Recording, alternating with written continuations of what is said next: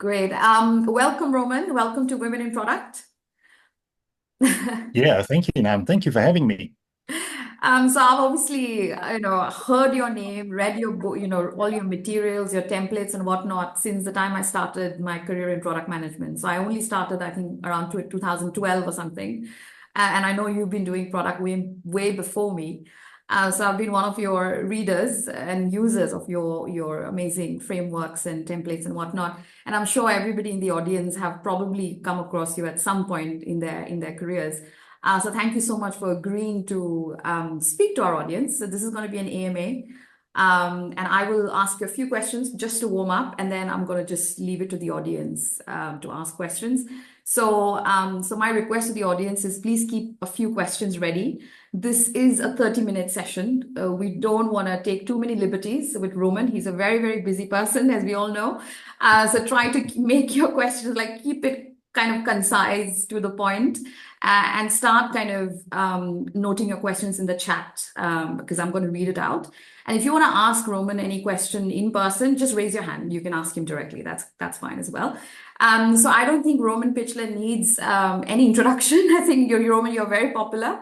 But just for the sake of introducing you, obviously you're a founder of Pichler Consulting. You've been an author. And also, you've been a big champion of product and agile, I think, in the UK and globally for many, many years now. So it's been truly an honor to welcome you to our little community. Um, so I'm going to just start with a very basic question, which can be quite tough to answer. But what is the difference between business strategy and product strategy, according to you, Roman? Yeah, no, that's a great question to start with. So what is a business strategy? What is a product strategy? Maybe it's a little bit easier for me to start with the latter. What is a product strategy? So for me, a product strategy is a set of guidelines, or you could say a framework that helps us make effective product decisions. Well, that doesn't sound very specific, right? So another way to characterize what an effective product strategy is to talk about its elements. And so there are four key elements that I like to capture in a strategy for a given product. And that is the target group, the audience, the market segment. So who are the beneficiaries of the product? Who are the customers? Who are the users? Are those the same people? Then the needs, which are the needs that the product should address? What is the problem, or what are the main problems that the product should help solve? Or what is the primary benefit it should offer? What is the job, the main job that it should help people do? So think about a product, say like Google search. It helps us find information on the internet. It's probably more like a problem-solving product. We'll take a product like Instagram or Snapchat, helps us stay in touch with family and friends, probably more benefit-generating product. And then the third element are the business goals, the desired business benefits. So the value the product should create for the company developing, providing it. And that might be to generate revenue, or for a product that's a little bit further down the line in terms of its life cycle, a certain profit margin. But it could also be for supporting product, help market and sell another product. It could be reduce cost, increase productivity, help develop the brand. So that'll very much depend on the specific offering, the specific product. And then a fourth element I like to capture, which is especially valuable for commercial revenue generating products, is the product itself and its standout features. So those features that set it apart from competing offerings and encourage people to use it instead of the alternatives. So those are the four elements that I like to recommend capturing in a product strategy. And on top of that, I'd like to describe the vision, or together with those four elements, I like to describe the vision of a product. And for me, the vision is the ultimate purpose for offering a product. So the positive change it should bring about. And I like to use a big, hairy, audacious goal as the vision, a big, hopefully inspirational goal. So an example I like to use is healthy eating. If I wanted to develop a product that helps middle-aged men like myself reduce the risk of developing type 2 diabetes, which might be the main need, by the way. Middle-aged men living in the UK might be the target group I'm shooting for. And then, talking about other strategy elements, a differentiating factor might be personalized eating recommendations, of course, powered by the latest generative AI technology. Seamless integration with leading smartwatches and smart scales might be another one. And then a business benefit might be opening up a new revenue stream, or maybe, capturing a certain market share or generating a certain amount of revenue, I don't know, in the first 12 months after the launch of the new product. So, that's sort of how I would position. That's how I would characterize a product strategy. I should say that there is no universally accepted one right way to capture and define a product strategy. Different people have suggested different approaches, but having looked at what some of my colleagues suggest, I think capturing or describing the market segment, the target group, also talking about main problem, primary benefit, needs, and maybe also about business goals. Those sort of common themes you find people referring to when they talk about a product strategy. Now, what's the difference to a business strategy? Well, the product strategy tells us how we want to achieve success with a given product. And a business strategy does the same thing for an entire business.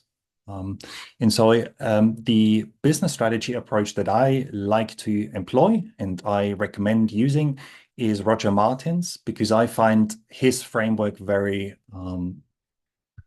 I don't know how you say, I find it comparatively straightforward and comparatively easy to use. Not necessarily that it's easy to answer the questions that it poses, but it's just very concrete. And so there are 5 questions, already mentioned questions. There are 5 questions that he asks. The first one is, what is your winning aspiration? And that's really the company vision, the reason that a business exists. Where will you play? Those are the markets where the company wants to compete in. How will you win? So he uses sort of, as you can tell, a winning analogy. So this is the competitive advantage. Think about something like cost leadership or differentiation, for instance. Then which capabilities must be in place, which new products and new services have to be offered, and maybe which existing products and services have to be enhanced. And there's a nice connection to the product layer, you could say, or level. And then finally, which management systems are required, which management structures have to be in place. And the business strategy for me forms the context or the foundation, you could say, for making the right product-specific strategic decisions. So to put it differently, a product strategy should really fit into an overarching business strategy. So that was a rather long explanation. No, I think that was a lot. I'm sure a lot of people are going to replay the video now to listen to this over and over again. That's a lot. And just for the sake of the CPOs in the group, because there's a few of us in the group, and this is my 3rd CPO role. I feel like I'm doing the same thing forever now, but it's whenever you join a new job as a CPO or a CTO or a CPTO, let's say, one of the questions you get asked by the CEO and the board is, can you help us define our vision? And then the strategy, and then everything comes after that. Now, for a smallish company with one product line, it's actually not that hard, to be honest. But then imagine a complex organization with multiple product lines, multiple geographies. It is pretty difficult. And we are generally given 30, 60, 90 days, typically to kind of present our thoughts and whatnot. How would you advise a CPO who's about to join a new job or just join and is about to kind of embark on a journey like that, where they have to draw out the vision and strategy of a company that they didn't even know a few months ago, let's say? What would be your approach? Yeah, no, another great question. So for me, the person who's ultimately responsible for ensuring that there's an effective business strategy is the CEO. Together with the executive teams. So, if I was coming into a company as the CPO, I would hope that a business strategy exists. So that's maybe the first thing to check. And then in order then to come up with an effective product strategy or possibly multiple product strategies, what I find very helpful is to take an intermediate step and look at the product portfolio. Sometimes larger enterprises have multiple product portfolios. Think about Microsoft Office, for instance. Microsoft Office has the Office portfolio, the Office tool suite with PowerPoint, Excel, Word, but they also have the Surface portfolio, they have the Xbox portfolio, and on it goes. And so what can be super helpful is before you dive down into individual product lines and individual products, that you think about the portfolio, you think about the the state the portfolio is in, perform a product portfolio analysis using a tool like the product portfolio matrix, for instance, and consider creating a strategy for that portfolio. So a higher level strategy that provides guidance then for the individual product lines and products that are within that portfolio. So again, if I was in charge of Microsoft Office, for instance, I'd be very keen personally to develop a portfolio strategy for Office together with the people in charge of, say, Microsoft PowerPoint and Excel. And then the strategies of Microsoft PowerPoint and Excel would have to essentially implement or follow the overarching portfolio strategy. So what I'm suggesting is a top-down approach and not just to jump straight from the business strategy to the product strategy level, because sometimes that jump is too big, but take that intermediate step. And the benefit of that is that you then usually end up with more focused, crisper product strategies, which I feel is what a product strategy should be. So, you go down from business strategy to portfolio to product strategy, and the level of detail, has to become has to increase. The strategies have to become more specific and offer more guidance. So yeah, that'd be my recommendation. But again, it can be quite a bit of work, even if you take that intermediate step. Maybe another benefit to mention is if you create a portfolio strategy and that serves as an effective umbrella, then maybe you can coach, maybe you can mentor the product managers in charge of the product lines and individual products to come up at least with a draft strategy for their offerings. And then make sure that everything fits together. So not everything's on you, and you don't have to do all the work. And at the same time, you empower the people that work with you and work for you. Mhm. I think that's a great answer. So I'm just going to straight jump into the audience questions. And actually, feel free to ask the questions directly. Sarah, I'm looking at your question. So I'm going to read it out, but if you want to be on a video, please do. So Sarah's question is, how do you advise to get non-product people excited and engaged with the product strategy? I have struggled in the past with data scientists, engineers, etc., etc. So basically, it's quite a long question, but what she's trying to say is like, how do you get people who are not in the product team to get excited about the vision and strategy? Yes, yeah, no, great question. And you just mentioned the term product team, and for me, certainly engineers or development team representatives should be part of the product team. So, we have the product manager, the person in charge of the product in the product team. And then we have maybe for an end user facing product, somebody with UX design skills, but also somebody I would suggest with architecture, programming knowledge. And I like to add somebody who knows about quality assurance and controls. I like to have those three, you could say, functions represented in a product team, and ask the development teams, to send volunteers to the product team.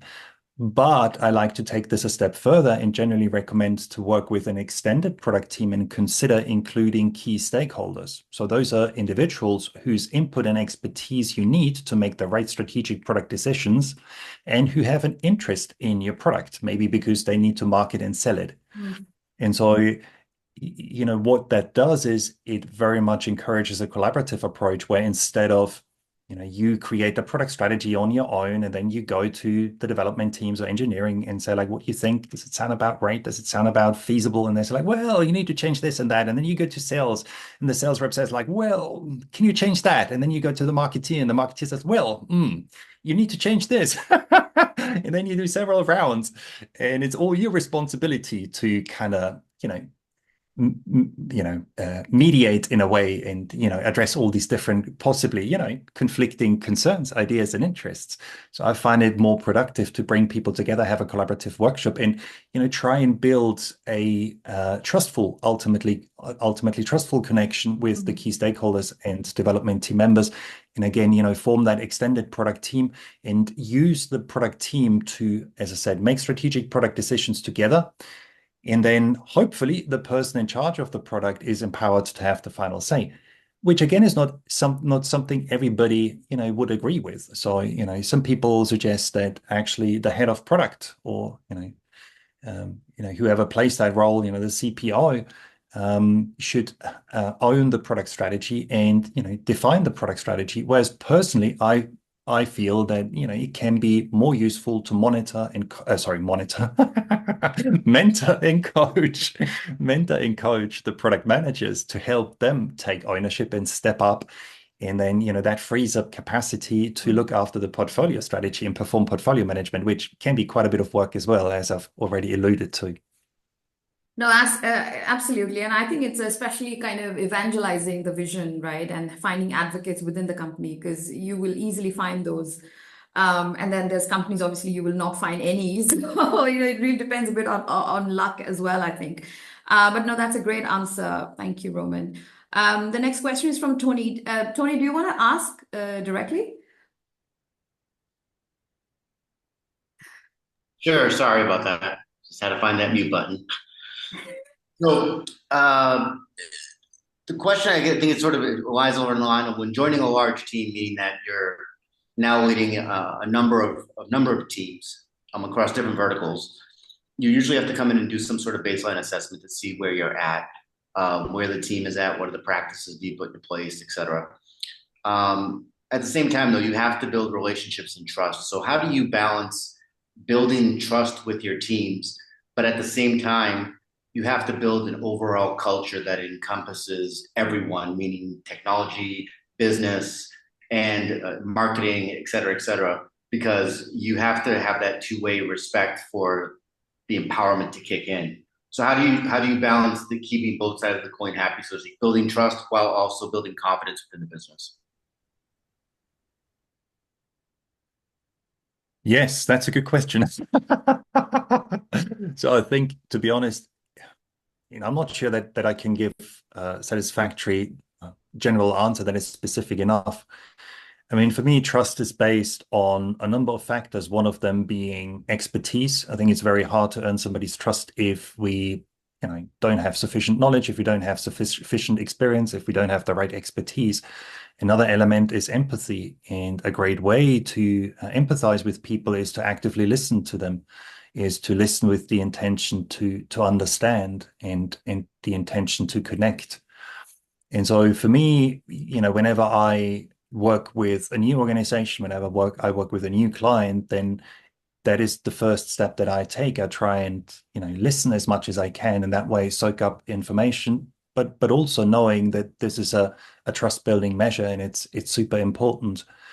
Where you then take it from there, I think will very much depend on the specific company. I've worked with and for companies that were very collaborative with very flat or pretty flat hierarchies. And I've worked for, very kind of traditionally organized companies where, the hierarchy was quite interesting. And the level of collaboration was not quite so high. And so if you work with or you walk into a company that is, more traditionally structured and you say like, hey, I want to build these extended collaborative product teams, we'll do it from day one, it might just be overwhelming and, it might not work. And then it's probably more an incremental approach where you try and put small building blocks in place. And that might be that you have, quarterly meetings with key people, with key stakeholders, where you review the product roadmap and the product strategy and ask them for feedback. But you don't talk about necessarily becoming part of a team or making any form of commitment. Or, maybe that's even too much and taking it too far. And instead of, having workshops and meetings, you have, regular one-on-ones, but that way still connect with people, that way still kind of learn about their perspectives and their needs. And then maybe you can build on that and take it further. So yeah, I'm sorry about this. That wasn't very specific. That was great, absolutely. Thank you. Thanks, Tony. I'm just going to jump into Deep's question. This is about media products. I don't know, Deep, do you want to ask directly? Yeah, sure. Thanks, Roman. So I work in media, and we generally in the area of media that I work in, it's big broadcast media. It's kind of trying to reach lots of millions and millions of people via the television or digital products like streaming. And I've read so much about jobs to be done and segmentation and positioning. And in the end, when you're competing against Netflix or building a streaming service, well, you have to reach everyone, do a bit of kids and a bit of sport and a bit of this. And so have you worked with any media companies, or have you had situations where your product needs to be broad, but where some insights or differentiation made a huge difference? I'd love to just hear some case studies or examples. Or what do you do in situations where you're working for New York Times or the FT and you just have to reach, like, consumers who want news and who are willing to pay? So it's these broad categories of people. Yeah, I know that's a great question. Thank you for sharing. So I'm not sure that I've actually done work with, you know, a broadcasting company, but I've worked with a number of different media companies, including newspapers and publishers. And when I take a look at, say the BBC iPlayer, or you mentioned Netflix, or, the ITV app or Disney Plus, for me, what I see is not a individual product, an individual app, but it's really more like what I sometimes call an aggregate product. It's a conglomerate, a collection of products. And for me, that is important to recognize, because that means that often for those kind of products, you need an overarching strategy, and then you need strategies for, the sub products, so to speak, they contain. In terms of then segmenting the market and delivering content that is appropriate, I would hope that, the people who are in charge of the content, so for, a book or a publishing company, a newspaper, those would be the editors, that, that they would take care of that job, but then work with a digital product manager in order to make sure that the way the app is designed and the way the app works is appropriate for the target audience. But I mean, I recognize that, if we take the Netflix app, as you said, it has a very broad target market. It's probably, a worldwide audience, and we've got various age groups that making it work for all those different people can be very, very hard. A common technique I haven't seen any of the broadcasting companies that I'm aware of use, it would be to create variants. And that's not quite true. I mean, YouTube started doing that, in fact. When you look at how YouTube has evolved its app, they used to just have one single app, and a few years back they started to create YouTube Kids, right? So the variant for younger consumers or viewers. And then they issued YouTube. I think it was originally called YouTube Red. Now it's called YouTube Premium, which in fact is a bundle. But let's not go there.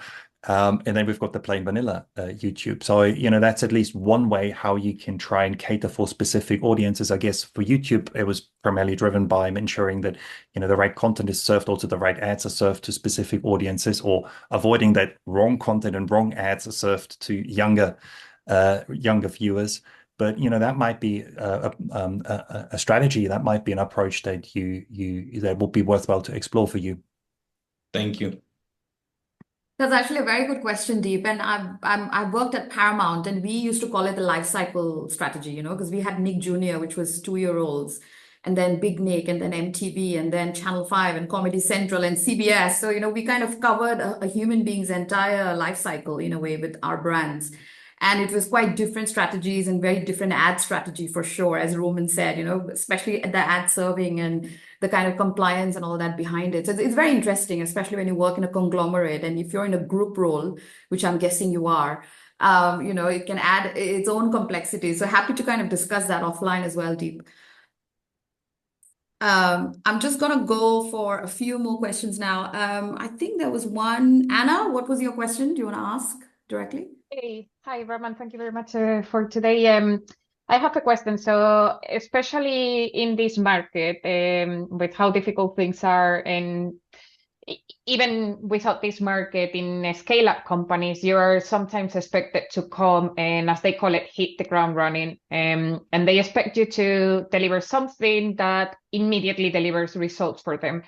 So my question is, how do you approach the challenge of measuring the success of and the impact of a product strategy when you haven't been long enough in the company to actually have created that impact and be able to measure it properly. And I guess this probably brings us into the question, like, how do you approach leaders who speak about a strategy when they're speaking about tactical? Interesting. Yes. Yeah. Nice question. So, so I think in a way that the two questions, right? The first one was about how do you measure if a strategy is working or not? Ultimately, I'd say, well, by using the right metrics and product KPIs. How do you know you're using the right product metrics and KPIs? Well, this is where the needs and the business goals, or you could also say user customer goals and business goals that I would encourage you to capture in your strategy come in. And it's one of the reasons why I've mentioned that a product strategy should be sufficiently specific. The needs statement has to be so specific that you can derive meaningful KPIs from it. And the same is true with the business goals. But I personally like to then take another step. I like to then derive a product roadmap, an outcome-based product roadmap from the product strategy, and have more specific outcomes, more specific product goals captured on the plan, on the roadmap. And that gives me then additional metrics, additional KPIs, and it makes it easier to understand if we're making progress or not.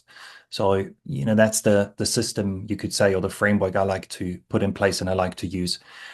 If you're new into a company, you're new into your job, and you need to understand, how's a product doing? Again, I'd say, see which KPIs have been defined so far. Ask if these KPIs are the right KPIs, and then see what the trends are, what the data is. Generally speaking, if the data that you get, the product performance is positive, then the strategy has to be working, and at least at this point in time, it doesn't necessarily mean that it's going to be valid going into the future, but so far it's been working, and that's something positive. If the data isn't showing a good trend, then either the current product strategy is no longer effective, or you're not doing a great job, collectively speaking, at executing it.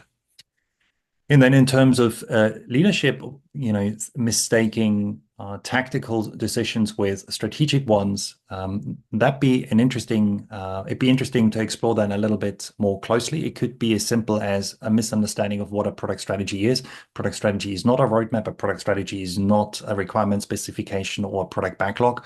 It's distinct. It's a higher level guiding framework or some guardrails you put in place to make effective product decisions, as I suggested earlier. But I find that sometimes due to either a lack of trust or, I don't know, other reasons, often it is a lack of trust. Senior managers want to be involved in the tactics, want to be involved in the details. And so then it'd be, I think, an exercise in building trust, and also an exercise in influencing senior managers and helping them understand how they can contribute to a development effort, how they can help make a product successful or keep a product successful. For instance, by showing up to quarterly bigger review sessions, or maybe you can have occasionally a one-on-one with them, grab a coffee and update them on the plans and listen to their feedback and incorporate it as much as you can, and as much as that's helpful and appropriate. Thank you. I hope that answered your question, Anna. Yes, thank you. Thank you. Confirms beliefs. Thank you. There's a question from Varija. It says, how do we navigate environments where the business strategy and the business stakeholders overshadow the product strategy? Yeah, it's another interesting question. So, possibly there's an empowerment issue. So, first of all, I think it's great when you have a well-articulated or an articulated business strategy in place. I think that's great. It's also great when business stakeholders take an interest in a product, per se, that I think is something very positive. But if it's overpowering in the sense that business stakeholders or, the leadership team, senior managers tell the product people what to do and which product decisions they should take, then I think there's not quite the right understanding of what product management is about, but also the support and the amount of empowerment or level of empowerment effective product managers need. And so again, for me, what I like to suggest is that the least amount of empowerment product people need is that they decide make decisions about features and user experience. So essentially they are, and you could say, product discovery if you want to look at it from a process perspective. And a lot of my colleague would agree with that. But I like to take this a step further. I mentioned it earlier, and say, like, really what we should shoot for is that product managers also own the strategic decisions of their products. What it does is it empowers them, and that tends to be motivating and increases productivity. But it also means that they have full accountability, for making their product successful. And as I said earlier, that allows then, say, a head of product to focus on other aspects like people management, coaching people, but also taking care of portfolio management. And so if you feel that, that is very difficult, that, as I said earlier, that stakeholders want to make strategic product decisions, then that's something to tackle and see what is the root cause. And again, as I mentioned earlier, it could be that there's a trust issue. It could be that, the stakeholders don't really believe that the product people have the expertise to make the right decisions. It could be that they feel they're not being listened to, or their concerns are not being understood or heard. So that's them related to empathy. But it's certainly worthwhile to do a little bit of analysis and talking to people, and again finding out what's going on here. What are the root causes? Thanks, Roman. That's a great perspective. And I think the trust issue is real, right? Because, especially if you're leading a transformation, I think a lot of companies have kind of bad memories from the past where they must have embarked on a big transformation program, which might have failed or something. And I think there is also, most companies are risk averse, as we know, right? So they feel like if something has not worked in the past, it won't work again. So there's a lot of that fear factor that exists in kind of, especially in larger organizations. So it's very hard, I think, for the product leader to kind of go past that. Don't you agree? Yeah, it can be. And, again, I think it's very difficult for me to generalize because, every organization I work with is somewhat different. And I think it's always important to look at the specific history of the organization, the specific culture, and more recent experiences with product management, with transformations, be they agile transformations, digital transformations. In some organizations I've worked with, product management was brand new. I currently work with a client who's a major healthcare company. Their product management is well established. It's been around for a long time, and it's more a question then of embracing state-of-the-art tools and techniques, I'd say, and also looking at some of the collaboration aspects with engineering and some of the other parts of the business, and making sure that product managers are better connected. So I think you always have to really carefully look at the specific context. Absolutely. And I just have a question for time for one more question. Kat, do you want to ask directly?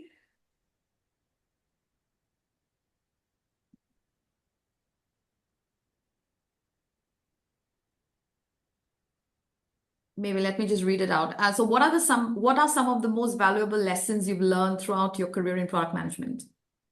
That's the question from Kat.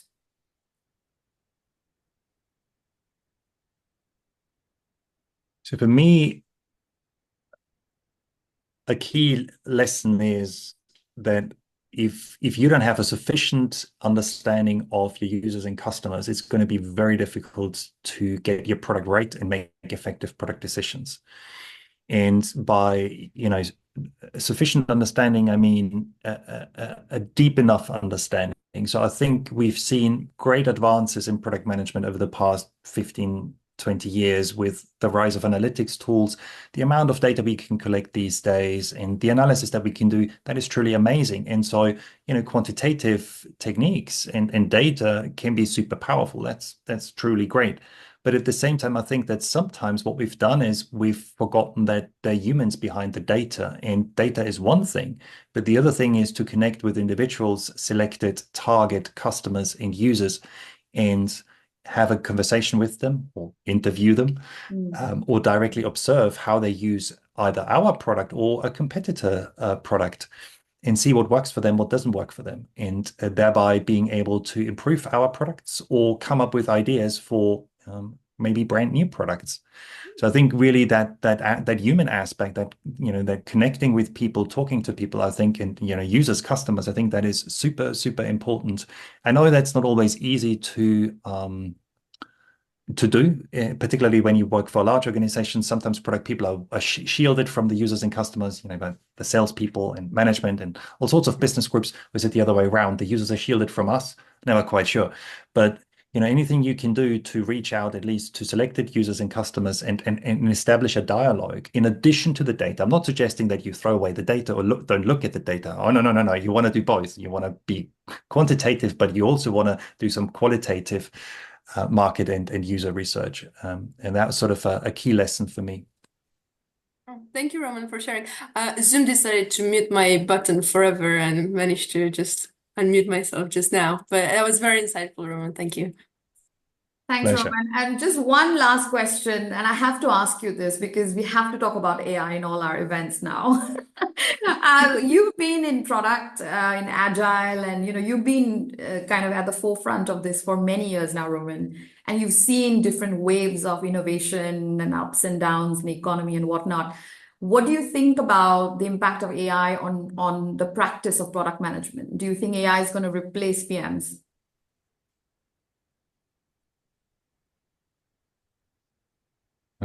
So I don't know, but I hope not. So, I think I've only got, to be honest with you, I've only got fairly superficial knowledge about AI in general and generative AI specifically. It's been many, many years since I was close to the technologies or wrote any code. So, I wouldn't consider myself any longer as somebody who's, really very well informed in terms of the various technologies. I think we can probably all agree that AI is a super important trend. I personally see AI as a technology that enables us to build better products and as a technology that enables the products that we use to help us do a better job, us as product managers. I also think that the future of particularly generative AI aren't generic applications like ChatGPT, but much more focused products that are more easily integrated into the digital products, the apps that we look after and that we offer. But that's just based on my knowledge and so it's certainly not something that freaks me out. It's certainly not something that causes me sleepless nights. And when you again look at the context, when you see what's been happening in the technology space over the last 1.5 years with all the challenges that we've had and the layoffs we've had, generative AI and AI in general has been one of the few highlights. And I think that's one of the reasons why people just kind of all jumped on it. And it's become such a big trend, or maybe even hype. And there've been, great expectations on AI, I don't know, changing digital products very rapidly. But I'm not so sure that it's going to happen at the pace that people originally thought. But, time will tell. Absolutely. Time will tell, just like many other things. But thank you so much, Roman. Thanks. I think it's one of the most, you've given us 40 minutes, so you've given us 10 minutes extra. Thank you so much, Roman. And I think we're really grateful to have you here. And as I said, this was our last kind of expert talks before we start with our summer activities. So thank you so much, Roman. You are invited to our summer party. As I said earlier, you're not that far from the city. And for people in the call, if you haven't booked the summer party tickets yet, please do. We only have, I think, 2 or 3 tickets left. So would love to see all of you in person. It's been a long time. Roman, thanks again. And I hope to see you again in the same platform. Thank you all. Yeah, that'd be great. Thanks for having me. Bye. Thank you.